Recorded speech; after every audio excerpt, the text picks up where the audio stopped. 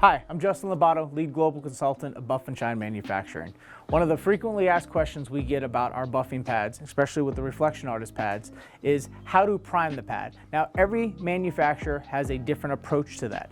There's not really anything wrong, it's just a matter of what they recommend, and that's what we are doing here today, is recommending how we feel you should prime our pads. There's a couple ways we could do that. You could use your preferred quick detailer in your shop. That way you go ahead and take the pad and you just mist it. That way it keeps it nice and moist for some lubricity.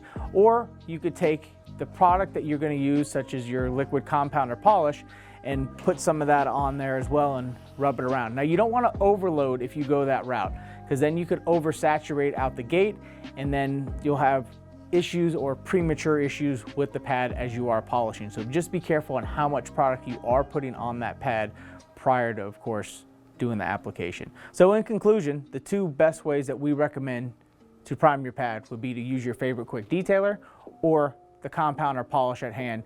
A little bit on the pad, move it around, don't oversaturate. If you have any other questions, please leave them in the box below, and stay tuned for other videos on the Rag Company FAQ channel. Thank you for watching.